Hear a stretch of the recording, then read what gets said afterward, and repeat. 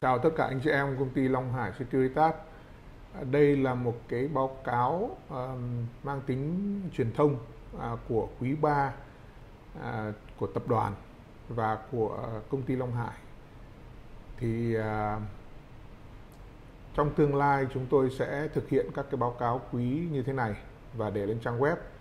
Đây là báo cáo quý 3 nhưng mà là lần đầu tiên chúng tôi thực hiện báo cáo những cái nét chính của tập đoàn trong quý 3 theo dạng như thế này.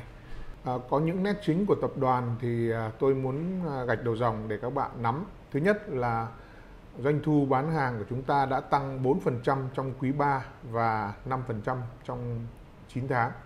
Doanh thu đến quý 3 là chúng ta đạt được 1.327 SEK, đó là cái tiền Thụy Điển, và chúng ta đã đưa ra một số các cái biện pháp mà tiết kiệm kịp thời. Lợi nhuận của chúng ta thì đạt 5% trong quý 3 và 4,3% trong 9 tháng. Chủ yếu lợi nhuận đến từ EU. Về khoản tăng lương cơ bản và giá đã có những cái cân bằng kịp thời. Về dòng tiền chúng ta tiếp tục hoạt động hiệu quả. Tập đoàn cũng tiếp tục đánh giá mua và sát nhập một số các cái công ty có loại hình kinh doanh để nhằm phát triển cái thị trường và cái dịch vụ của mình trên toàn thế giới. Vì đánh giá về khả năng đại dịch Covid còn tiếp tục diễn tiến và có những cái tiên đoán nó khó lường, vì đến thời điểm này vẫn chưa có cụ thể cái vaccine để phòng chữa bệnh này, cho nên tập đoàn tiếp tục nghiên cứu để đưa ra những cái biện pháp can thiệp và phù hợp và kịp thời. Ngoài ra thì các cái giải pháp tiết kiệm cũng đã được xem xét, đánh giá và đưa ra để nhằm cắt giảm chi phí, đảm bảo cho cái hoạt động của công ty được thuận lợi. Trong quý 3 và trải qua 9 tháng thì tập đoàn có đánh giá những cái phản ứng kịp thời chúng ta đưa ra là ngay từ tháng 1 khi đại dịch Covid đã bắt đầu phát triển mạnh trên toàn thế giới, thì tập đoàn đã đưa ra các biện pháp, các cái chính sách phù hợp để vừa cắt giảm chi phí, vừa đánh giá về nhân sự, tư vấn cho khách hàng, và chúng ta đã làm tốt điều này. Trải qua 9 tháng thì tỷ lệ thất nghiệp là 10.000 nhân viên vào tháng 4, 7.000 vào tháng 7 và 3.000 vào tháng 10. Tỷ lệ giữ chân khách hàng là 91%.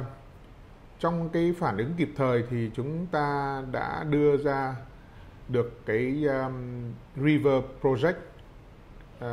Cái này được tạm hiểu là một cái kế hoạch tài chính mà tất cả các quốc gia cùng phải lên kế hoạch để làm ra kịch bản về Covid tiếp tục phát triển, Covid được ngăn chặn, và các cái kế hoạch kinh doanh của khách hàng chúng ta phải đáp ứng như thế nào cho nó phù hợp, gọi tắt là River Project. Trong 9 tháng thì có những cái ưu tiên hàng đầu của tập đoàn, đó là duy trì sức khỏe cho nhân viên, duy trì công việc cho nhân viên, tư vấn cho khách hàng kịp thời về các cái kế hoạch trong kinh doanh cũng như là trong các cái phương án bảo vệ phù hợp, quản lý tiền mặt và quản lý chi phí.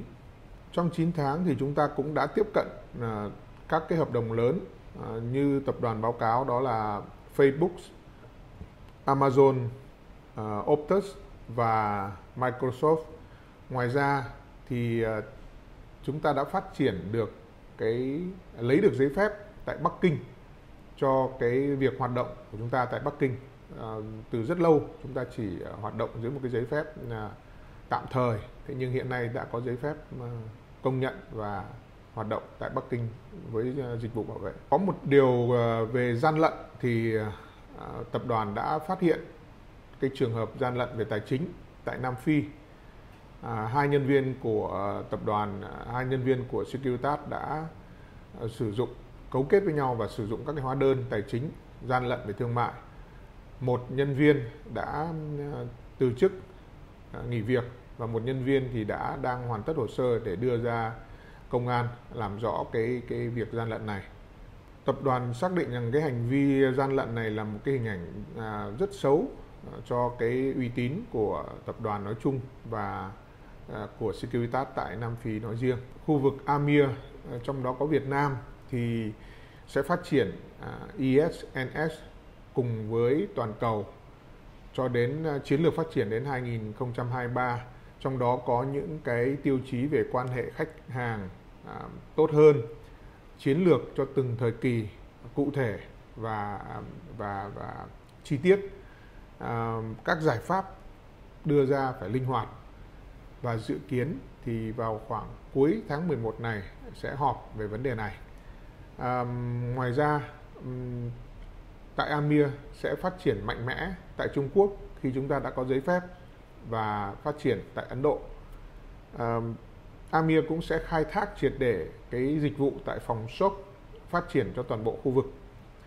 Ngoài ra thì AMIR đang có một cái chương trình để đào tạo, nâng cấp đội ngũ lãnh đạo trở nên chuyên nghiệp hơn, xuất sắc hơn, đáp ứng với cái nhu cầu đang đòi hỏi rất cao từ thị trường.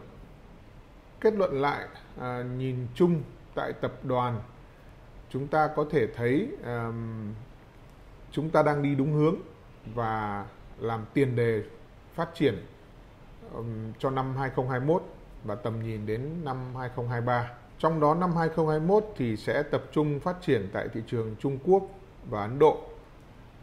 Chúng ta sẽ đầu tư để phát triển, cung cấp dịch vụ tốt cho các khách hàng lớn như Amazon, Facebook, Optus và Microsoft.